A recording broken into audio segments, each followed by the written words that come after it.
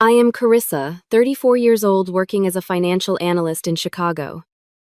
For 5 years, I saved every penny for my dream home, making sacrifices most people would never understand. Last month, our family reunion should have been a time of joy and connection. Instead, it became the moment my own sister and her husband Brandon stole everything I had worked for. When I confronted them, Brandon simply sneered and said those words I will never forget.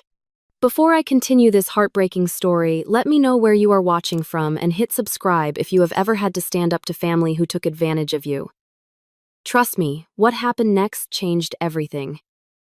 My life in Chicago had been stable and predictable for the past 8 years. As a financial analyst at Meridian Partners, I had built a reputation for meticulous attention to detail and sound investment advice.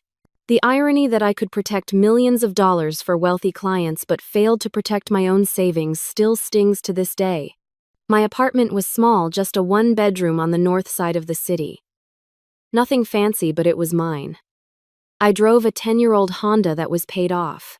I brought lunch to work every day while colleagues ordered delivery. Every small sacrifice was part of my plan. You see, I had a dream of owning a beautiful brownstone in Lincoln Park. Not a mansion, just a cozy 3-bedroom with character and history where I could build a life. For 5 years, I put away 30% of every paycheck. I skipped vacations, bought clothes at thrift stores, and said no to expensive nights out. My friends sometimes called me boring, but I had my eye on something bigger than temporary pleasures. I wanted roots, security, and a place to truly call my own. My younger sister Tiffany never understood this mindset. Growing up, she was always the favorite, though our parents would never admit it. She was the pretty one, the social butterfly, the one who could charm our parents into giving her anything she wanted. I was the responsible one, the planner, the one who everyone assumed would be fine without extra attention or support. When Tiffany met Brandon 3 years ago, I had reservations from the start. He was charming, sure, with his perfectly styled hair and confident smile, but something about him felt off. He talked big about his business ventures and future plans, but the details always seemed vague. Within 6 months of dating, they were married in a lavish ceremony that our parents paid for despite their own retirement savings taking a hit. After the wedding, Tiffany changed. The sister who once shared everything with me became secretive. Her calls became less frequent, and when we did talk, the conversation often revolved around the expensive things Brandon was supposedly going to buy her once his latest business deal went through. Those deals never seemed to materialize, though. The pattern started small. First, it was Brandon borrowing $200 to fix his car, promising to pay it back the next week. The next week turned into the next month, which turned into never. Then it was $500 for a business opportunity that was allegedly going to pay triple within 30 days. Then $1,000 when their rent was late because of some mix-up with Brandon's pay. Each time I tried to set boundaries. Each time I was called selfish. My parents sided with Tiffany as they always had. They constantly reminded me that family helps family, that Tiffany and Brandon were just going through a rough patch, that I had it easier because I only had myself to worry about. Last year, Tiffany called crying because their electricity was about to be shut off. I paid their $300 bill directly to the utility company. A week later, she posted pictures of her and Brandon at an expensive restaurant downtown. When I mentioned it, she got defensive and accused me of monitoring her life. I stopped following her on social media after that. Despite all this, I had finally reached my goal. $87,000 saved for a down payment. My real estate agent Diane had found the perfect property just 2 blocks from the park. It needed some cosmetic updates, but the bones were good and the location was everything I had dreamed of. The market was moving fast, and Diane warned me we would need to act quickly when the sellers accepted offers. The timing couldn't have been worse. The family reunion at my parents' lake cabin in Michigan had been planned for months. It was a tradition, one that brought together not just our immediate family, but cousins, aunts, and uncles from across the country. I considered skipping it, making an excuse about work, but family traditions were important to me despite everything. I thought I could attend the 3-day weekend and still be back in time to move forward with the house. That decision would cost me everything I had worked for. The drive to my parents' cabin took 3 hours from Chicago. As I pulled up the gravel driveway, I could see cars already parked everywhere. The large log cabin sat on 20 acres overlooking Lake Michigan, a property my grandfather had built and that had been in our family for generations. The smell of pine trees and the sound of water lapping at the shore brought back childhood memories of happier times. Uncle Robert was the first to greet me, his booming voice carrying across the yard as I grabbed my overnight bag from the trunk. Aunt Patty hurried over to give me a warm hug, asking about work and life in the city. My cousins Mark and Lisa waved from where they were setting up lawn games. For a moment, I felt the tension in my shoulders release. This was family. This was home.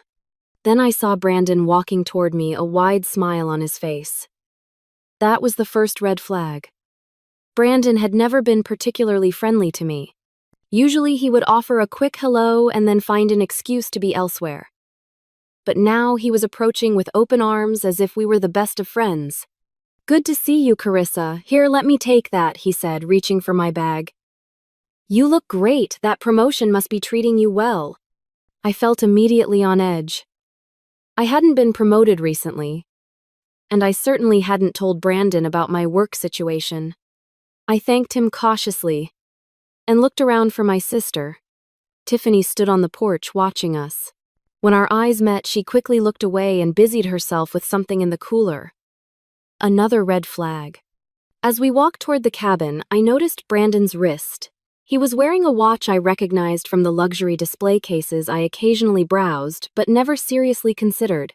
It looked like a Rolex Submariner easily, a $10,000 timepiece. He also pulled out the latest model smartphone, not just the base model, but the premium version with the largest storage capacity. When I asked about it, he laughed and said his business was finally taking off. "What business?" I asked. "Oh, investments and stuff. It's all very technical," he replied vaguely. Inside the cabin, my parents greeted me warmly. Mom was busy in the kitchen preparing her famous potato salad, while Dad was organizing the coolers for the weekend. As we caught up, I kept noticing Tiffany hovering nearby, her behavior unusually nervous. She was wearing a new diamond bracelet that caught the light when she moved. Just last month, she had called complaining about how they could barely afford groceries. During dinner that evening, conversation flowed around the large outdoor tables set up on the deck overlooking the lake.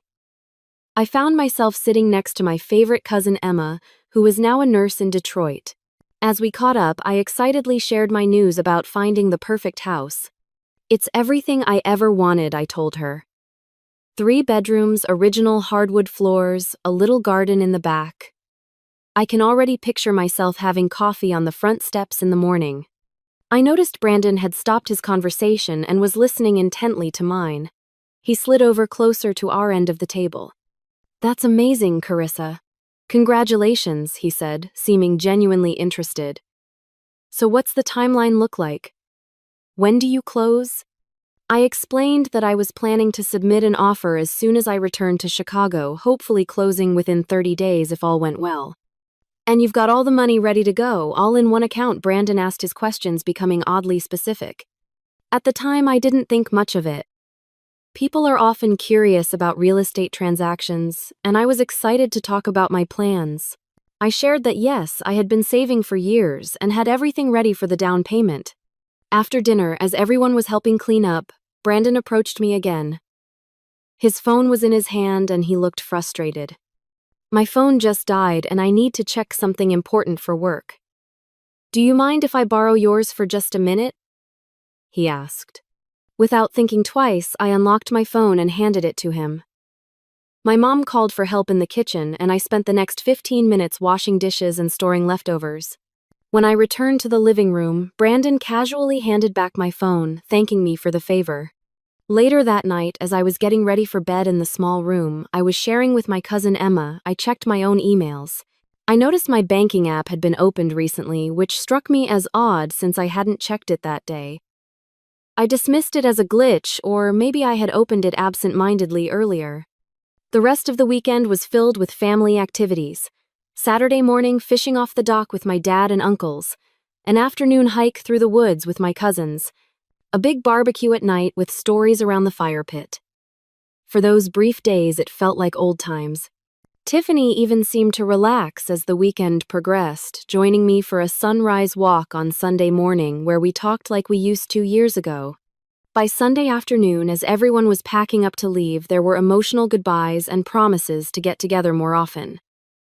My parents hugged me tightly, saying they couldn't wait to see my new house once I closed. Tiffany gave me an unusually long embrace, holding on as if she didn't want to let go. "Drive safe," she whispered, and for a moment I thought I saw tears in her eyes. "It's just a 3-hour drive, Tiff." "It'll be fine," I laughed, not understanding the weight behind her words. Brandon gave me another unexpected hug and said, "Thanks for everything, Carissa. You're a good sister. We appreciate you more than you know." As I drove back to Chicago that evening, I felt a renewed sense of optimism. Despite our differences and the tension of the past few years, family was still family. Maybe Brandon was maturing. Maybe things with Tiffany would improve. Maybe we could all support each other through life's challenges after all. I had no idea that at that very moment, everything I had worked for was already gone. Monday morning, I woke up early, excited to call my real estate agent, Diane, to move forward with the offer on the house. I made coffee, sat at my small kitchen table, and opened my laptop to review the property details one more time before making the call. Everything looked perfect. The neighborhood, the layout, the potential. This was going to be my home. At 8:30, I called Diane. She answered on the second ring, her voice cheerful and energetic as always. "Carissa, I was just about to call you. The sellers are reviewing offers today. Are you ready to move forward?" "Absolutely," I told her confidently. "I just need to transfer the down payment to my checking account so it's ready for the earnest money deposit." "Perfect," she replied. "If you can get that done this morning, well, submit everything by noon." I hung up and opened my banking app on my phone, entering my password and waiting for the account to load. When the numbers appeared on the screen, I blinked, certain there was some mistake. I closed the app and reopened it. Account balance, $3,211.28. That couldn't be right. Just 4 days ago, my savings account had contained $87,000. My heart began to race, a cold sweat breaking out across my forehead. I navigated to the transaction history, my hands shaking so badly I had to try 3 times to tap the correct option. There it was. 3 separate transfers, all processed over the weekend Friday night. $29,000 transferred to an account I didn't recognize. Saturday afternoon, $29,000 to another unknown account. Sunday morning, $29,000 to a third account. My entire body went numb. The room seemed to spin around me. I felt physically ill, rushing to the bathroom where I threw up the coffee I had just consumed. This couldn't be happening. There had to be a mistake. And fraud. It had to be fraud. With trembling hands, I called my bank's fraud department. After authenticating my identity, I was placed on hold. The cheerful music playing in my ear felt like a mockery, as my entire future evaporated before my eyes. 45 minutes later, a representative finally picked up. "Miss Wilson, I've reviewed the transactions. You're concerned about the woman," said professionally. "I'm afraid these appear to be authorized transfers made from your registered mobile device using your correct credentials. But I didn't make those transfers," I insisted, my voice rising with panic. "I was at a family reunion all weekend. Someone must have hacked my account." "Were there any times when someone else had access to your unlocked phone?" she asked. The memory hit me like a physical blow. Brandon borrowing my phone. The banking app being open later that night. The oddly specific questions about my down payment. His expensive new watch and phone. Tiffany's new bracelet. Their sudden friendliness. I ended the call with the bank after they explained the investigation process, but I already knew what had happened. I tried calling Tiffany, straight to voicemail. I called again. Same result. I sent text messages that showed as delivered but remained unread. I called Brandon. No answer. In desperation, I called my parents. "Carissa, honey, What a lovely surprise, my mother answered. Did you make it home safely yesterday? Mom, I need to know something, I said, trying to keep my voice steady. Have you heard from Tiffany and Brandon today? Oh yes, they stopped by this morning to show off their new SUV, she said cheerfully. Brandon said his investment finally paid off big time. It's such a beautiful vehicle, all black with those fancy wheels. They said they might take a little vacation to celebrate. Each word felt like a knife twisting in my chest. New SUV. Investment paid off. Vacation. Mom, I need to go. I'll call you back, I managed to say before hanging up. I collapsed onto my couch, the full reality crashing down on me. My own sister and her husband had stolen my life savings, my dream home, my security, my future. Everything I had worked and sacrificed for over 5 years was gone in a single weekend. I called my best friend Julia, barely able to form coherent sentences as I explained what had happened. Carissa, you need to call the police right now, she said firmly. This is theft. This is a crime. Family or not, they stole from you. But their family, I whispered, tears streaming down my face. My own sister. That makes it worse, not better, Julia insisted. If you don't report this, you'll never see that money again, and they will think they can take advantage of you forever. I sat in silence for a long moment, my mind racing with conflicting emotions. Loyalty to family, the shock of betrayal, the fear of confrontation, the grief of losing my dream home, the rage building inside me toward the people who had done this. Finally, I made my decision. I'm going to their house, I told Julia. I need to see them face to face. Do you want me to come with you? She offered immediately. No, I replied, a new determination hardening in my voice. This is something I need to do myself. But stay by your phone. I'll call you after. As I grabbed my car keys and headed for the door, I had no idea that the confrontation awaiting me would forever change my relationship with my family. All I knew was that I deserved answers, and I was finally ready to stand up for myself no matter the cost. The 2-hour drive to Tiffany and Brandon's suburban home gave me too much time to think. My emotions cycled between disbelief, heartbreak, and rage. The radio played meaningless songs that I couldn't focus on. Twice I had to pull over because tears blurred my vision too much to drive safely. By the time I turned onto their street, my hands had stopped shaking, replaced by a cold, steady resolve. Their house was a modest ranch style in a newer development. Nothing extravagant from the outside, which had always made their constant money problems seem legitimate. As I pulled up to the curb, the evidence of their theft sat right in the driveway, a brand new black Cadillac Escalade still with temporary plates. Next to it was Tiffany's car, confirming they were home. Through the large front window, I could see movement inside, and shopping bags scattered across the living room floor. Designer names were visible on some of the bags. Even from where I stood, my hard-earned money transformed into their luxury items. I rang the doorbell and waited, trying to control my breathing. Brandon opened the door, surprise flickering across his face before he composed himself into a casual smile. Carissa, what are you doing here? This is unexpected, he said, making no move to invite me in. We need to talk, Brandon. Now, I replied, my voice steadier than I expected. He hesitated, then shrugged and stepped aside. As I walked in, I saw Tiffany freeze in the process of unpacking something from a shopping bag. Her eyes widened with what could only be described as guilt. What is this about? She asked, her voice small. I think you both know exactly what this is about, I said, pulling out my phone and opening my banking app. $87,000. Gone. Transferred out in 3 separate transactions over the weekend, when the only people who had access to my phone were in this room. Brandon crossed his arms, his posture shifting from surprise to defensive. What are you talking about? Don't lie to me, I snapped, the anger finally breaking through. You borrowed my phone at the reunion. You transferred my money to your accounts. You stole my house down payment. Tiffany looked at Brandon, who gave an almost imperceptible nod before his entire demeanor changed.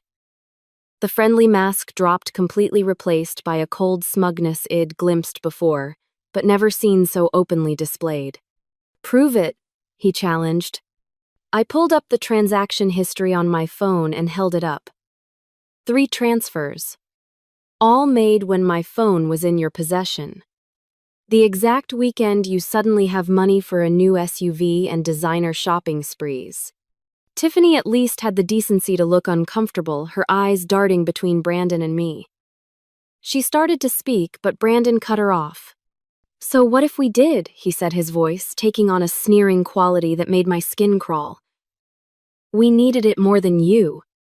You're single with no kids. We have expenses. Besides, it's not like you can't just save up again." The callousness of his words hit me like a physical blow. I turned to my sister, desperate for some sign that she wasn't completely on board with this betrayal. "Tiffany, how could you? That's everything I worked for. 5 years of saving for my home." She fidgeted with the shopping bag in her hands, a designer purse partially visible inside. "You always had it easier than me, Carissa," she said quietly. "Everything always came easy to you. Good grades, good job, good money management. I struggle with everything. You don't know what it's like." "So you steal from me?" I asked incredulously. "Your own sister?" "It's not stealing when it's family," Brandon interjected. "It's redistribution. Besides, if you were really so smart with money, you'd have better security on your accounts." He gestured around the living room at the shopping bags. "Look at all this stuff we needed. New clothes for Tiffany? New tools for me? We're going to Disney World next month." The kids at Tiffany's work are always talking about their vacations, and she deserves to have stories to tell too. Each justification made me more furious. The entitlement, the rationalization, the complete lack of remorse. "I'm going to the police," I said, pulling out my phone again. "This is theft. Plain and simple."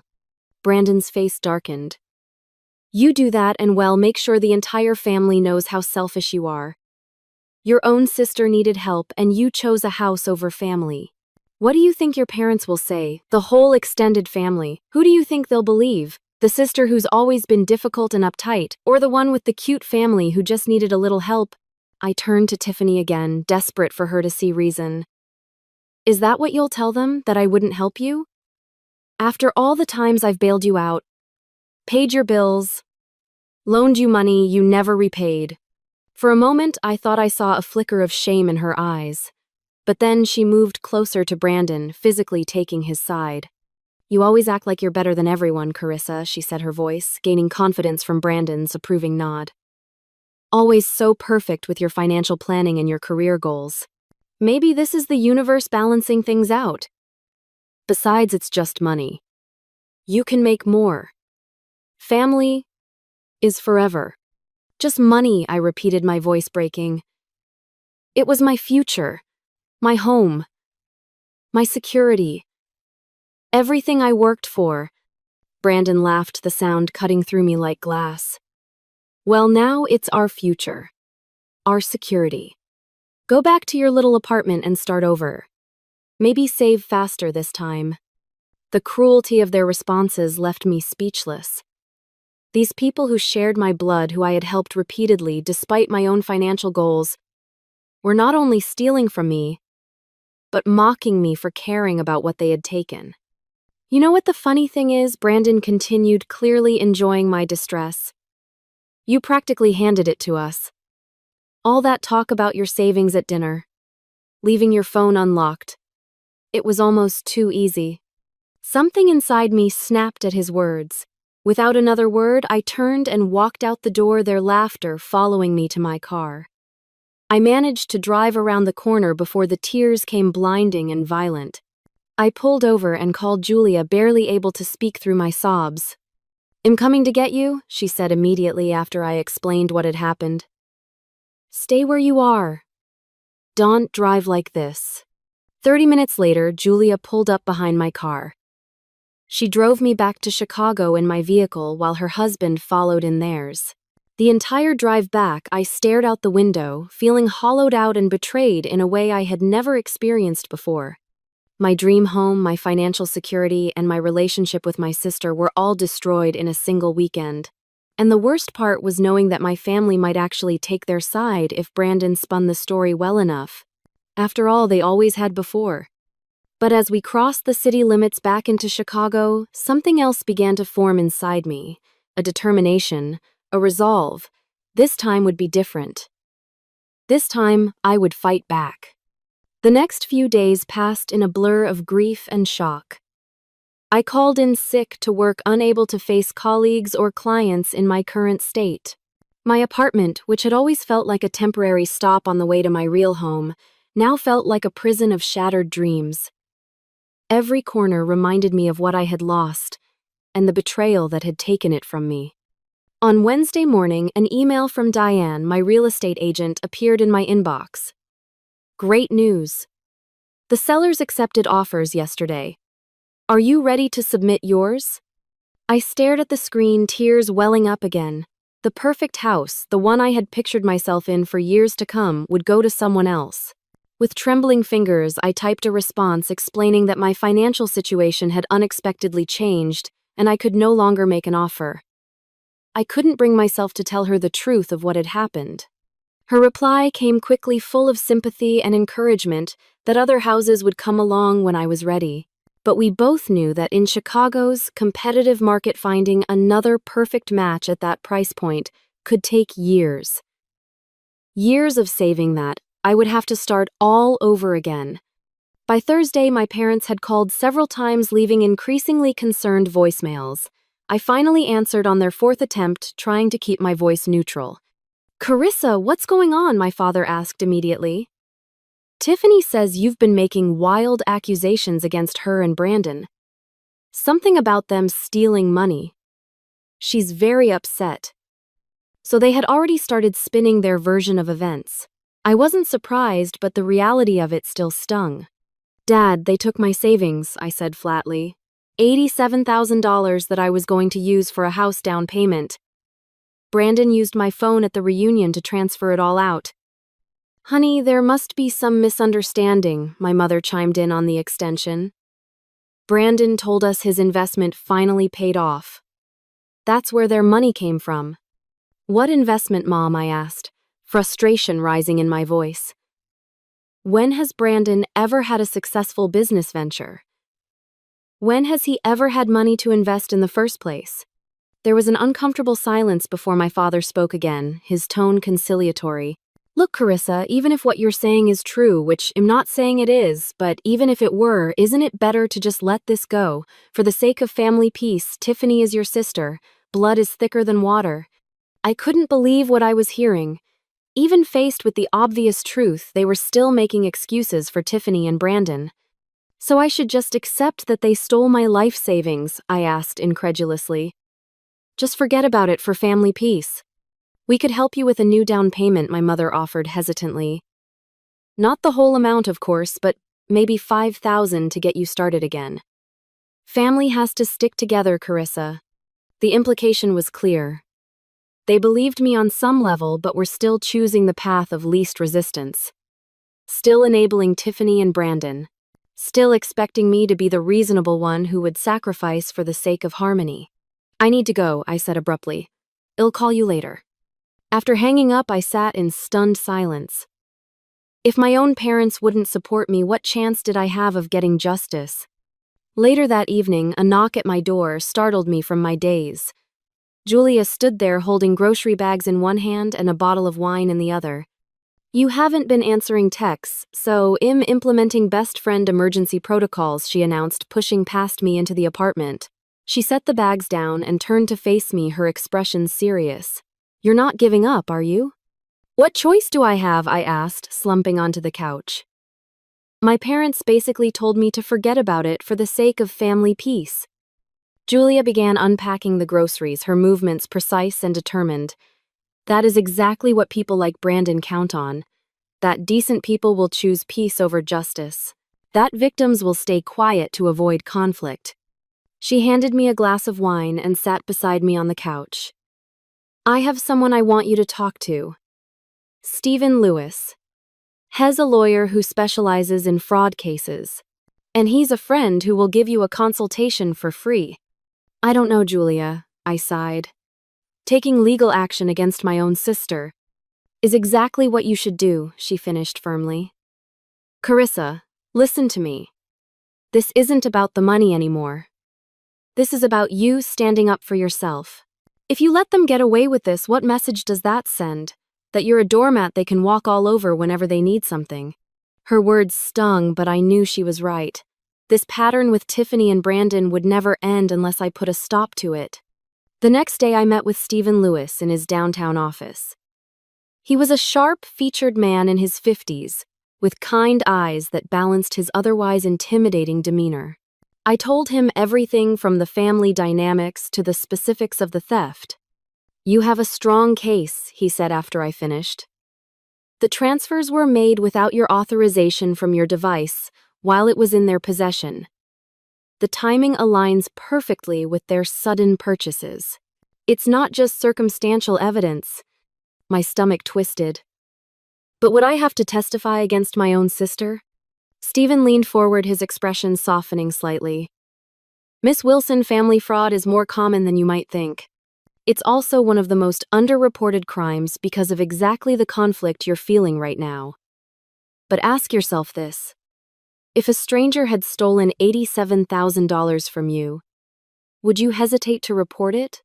Of course not, I admitted. Your sister and brother-in-law are counting on your family loyalty to protect them from consequences. They betrayed that loyalty, not you. Over the next few days, I threw myself into building my case. I obtained phone records showing exactly when Brandon had possession of my phone. I discovered that my parents' cabin had security cameras installed last year after a break-in at a neighboring property. The footage clearly showed Brandon on the porch hunched over a phone during the exact time frame when the first transfer was made. I found social media posts where Brandon had cryptically mentioned coming into a financial windfall. I documented the timeline of their purchases. I gathered evidence of every instance where I had loaned them money in the past that had never been repaid. Each piece of evidence strengthened my resolve, but the question of Tiffany's involvement troubled me deeply. She was clearly complicit, but was she a willing participant or under Brandon's influence? The sister I grew up with would never have done this to me, but people change. Or perhaps I had never really known her at all.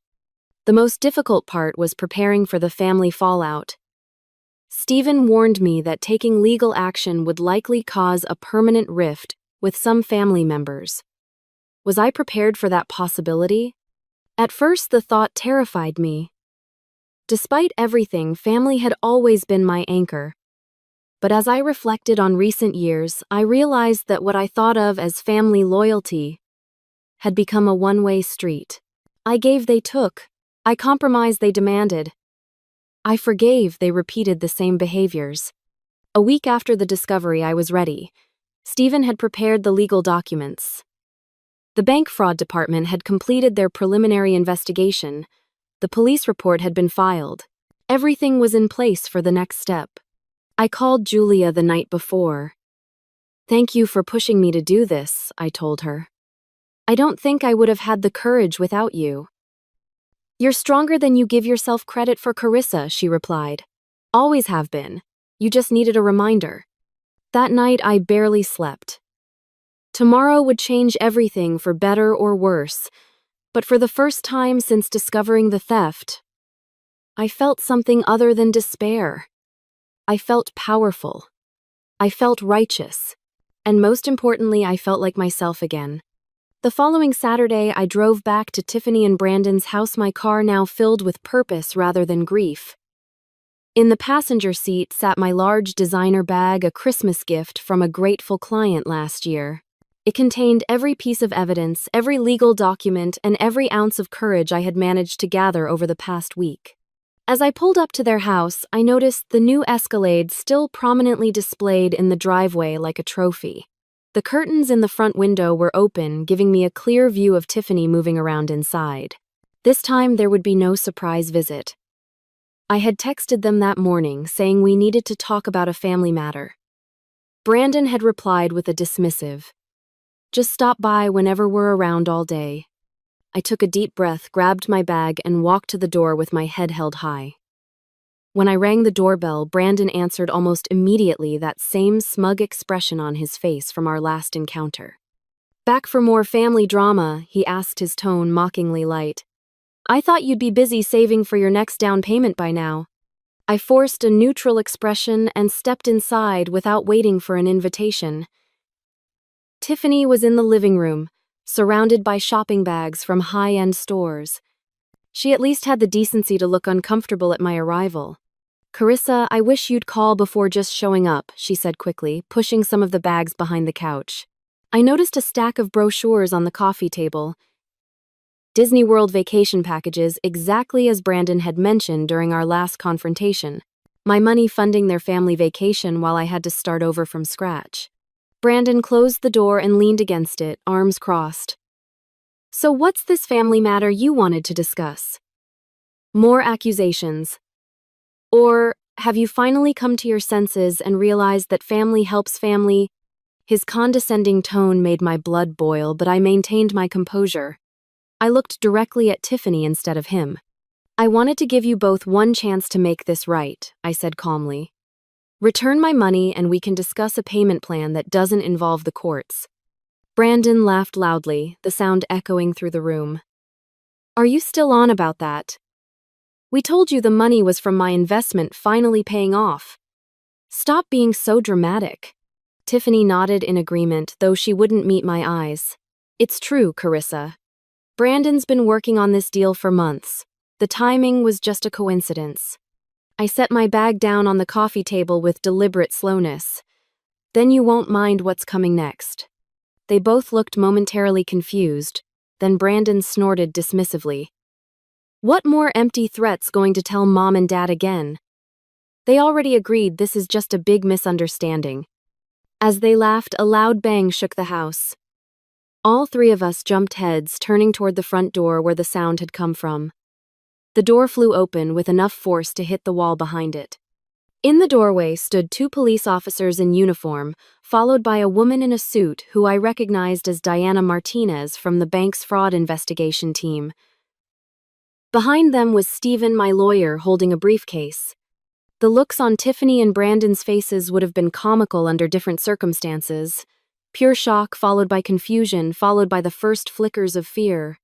"Brandon Wilson," one of the officers asked, though it was clear he already knew the answer. "Yes," Brandon replied, his voice suddenly much less confident. "We have a warrant to question you regarding a fraud investigation involving unauthorized financial transactions," the officer stated formally, handing Brandon an official-looking document. "Wednesday, like you, to come with us to answer some questions." Before Brandon could respond, Stephen stepped forward and handed him another set of papers. "Mr. Wilson. Stephen Lewis, attorney representing Carissa Wilson.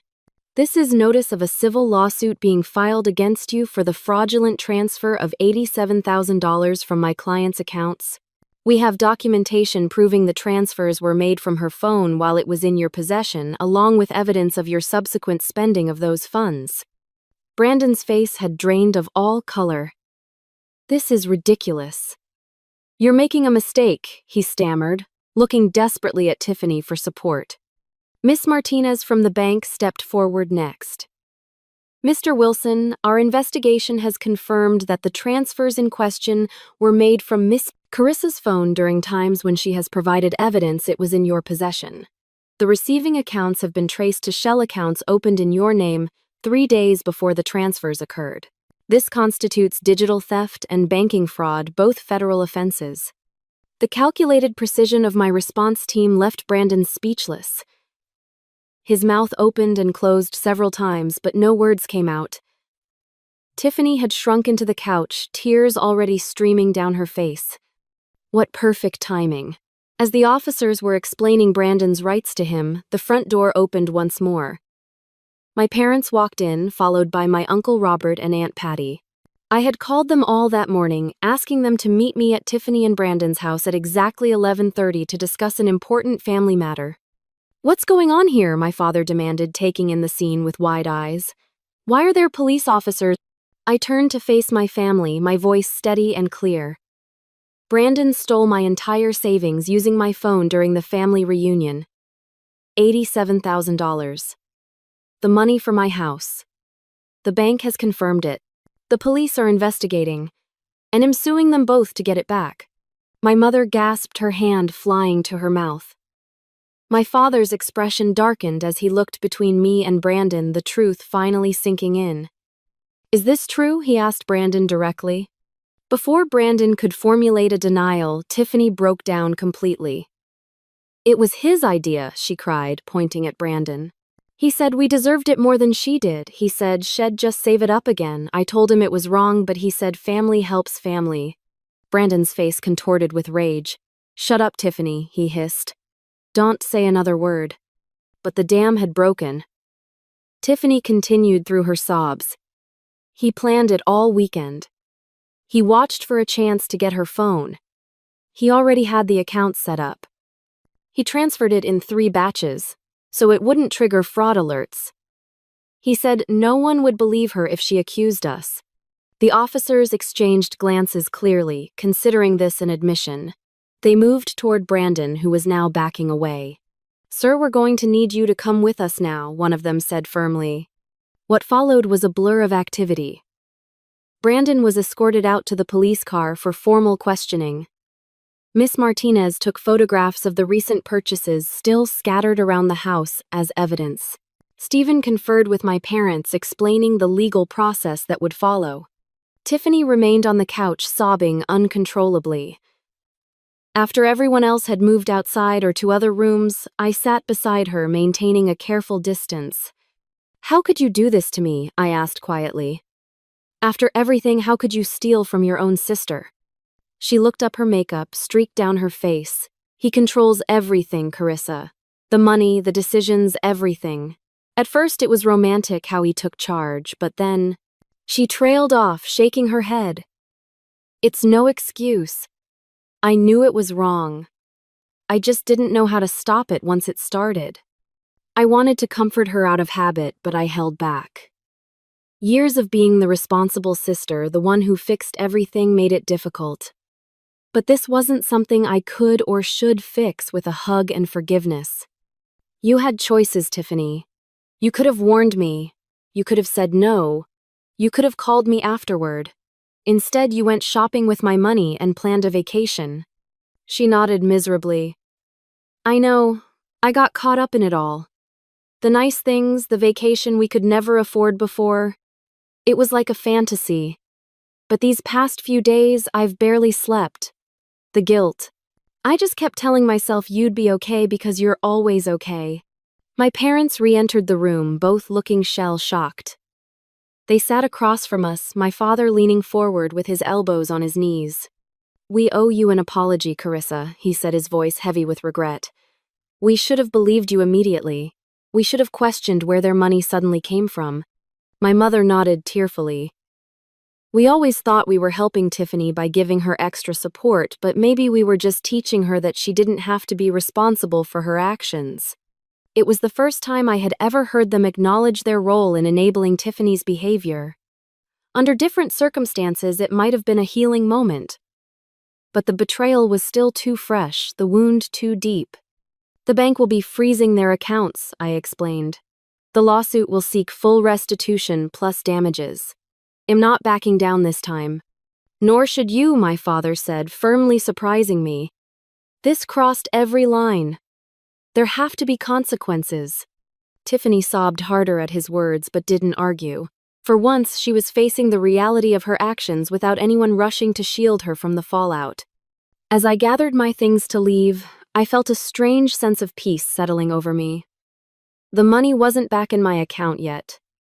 The dream house was lost. The legal process would be long and difficult. But for the first time in my adult life, I had stood up for myself without compromise, without putting everyone else's needs before my own. And surprisingly, the world hadn't ended. In fact, the truth had finally set me free. 3 months passed before Brandon's case made its way through the legal system. In the end, faced with overwhelming evidence, he accepted a plea deal.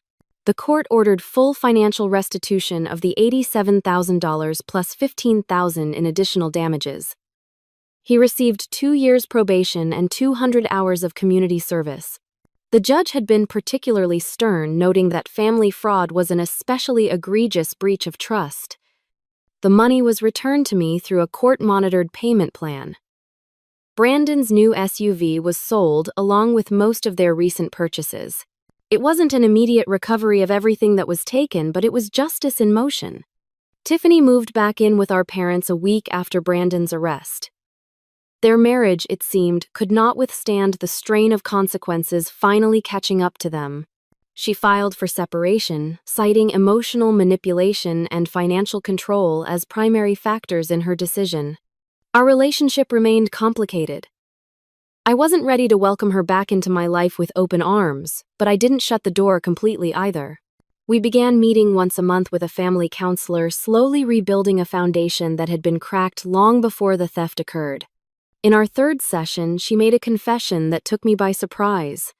"I was always jealous of you, Carissa," she admitted quietly. "You seemed so together, so capable.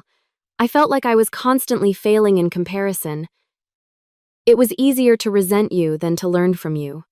The counselor encouraged us to explore these feelings, helping Tiffany recognize that her perception of me as perfect was as unfair as my perception of her as hopelessly irresponsible. We were both more complex than the roles we had been assigned in our family dynamic. My parents underwent their own reckoning during this time. They apologized repeatedly for not believing me initially and for years of enabling behavior that had contributed to the situation.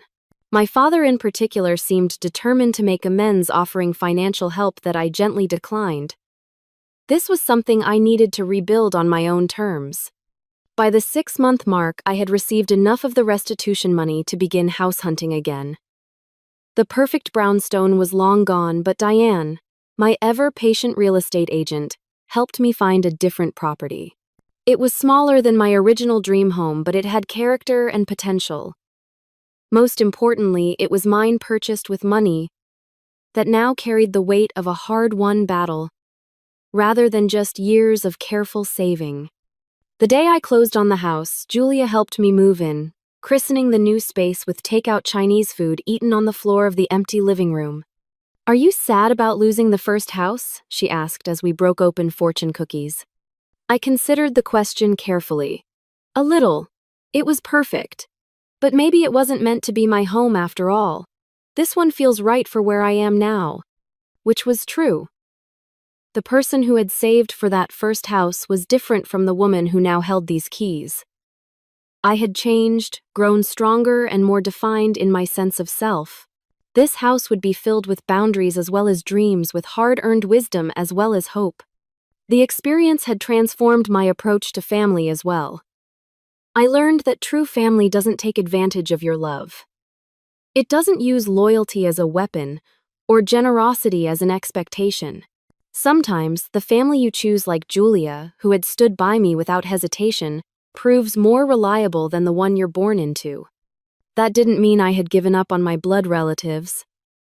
Tiffany and I continued our monthly counseling sessions, making slow but steady progress. She had found a job and was learning to support herself for the first time without Brandon or our parents as a safety net.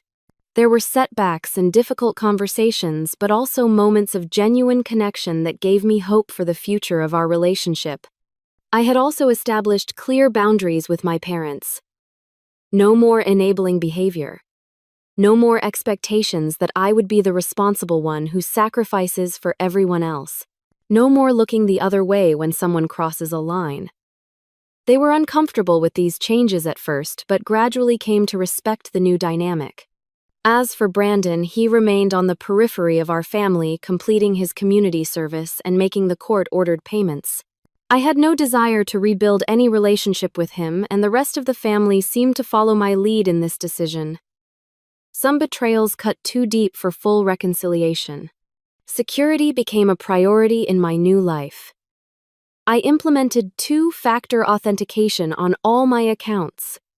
I never shared passwords or left my phone unlocked around others. I maintained a separate emergency fund that only I knew about. These weren't signs of paranoia, but of healthy self-protection. The most valuable lesson, though, was learning that standing up for yourself isn't selfish. It's necessary.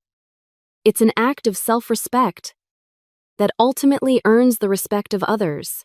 The temporary discomfort of confrontation is far less painful than the long-term erosion of being taken advantage of repeatedly. 1 year after the family reunion that changed everything, I hosted a small housewarming gathering in my new home. Julia and her husband were there, along with colleagues who had become friends, neighbors I had bonded with, and yes, my parents and Tiffany. The house wasn't as large as the one I had originally dreamed of, but it was filled with people who truly cared about my well-being, not what they could take from me. As I looked around at the gathering, I realized that the betrayal that had felt like the end of my world had actually been the beginning of a better one. A world where I valued myself enough to demand that others do the same. Where I understood that forgiveness doesn't mean allowing someone to hurt you again. Where I recognized that sometimes the most loving thing you can do for yourself and others is to hold them accountable. Have you ever had to stand up to family who tried to take advantage of you? It's one of the hardest things to do, but sometimes it's the only way to break toxic patterns. Leave a comment below sharing your experience or how you would have handled my situation. If this story resonated with you, please hit the like button and subscribe to hear more stories about finding strength through difficult family dynamics. Thank you for listening to my journey, and remember that protecting your boundaries isn't selfish, it's necessary for a healthy life. Stay strong, and I'll see you in the next video.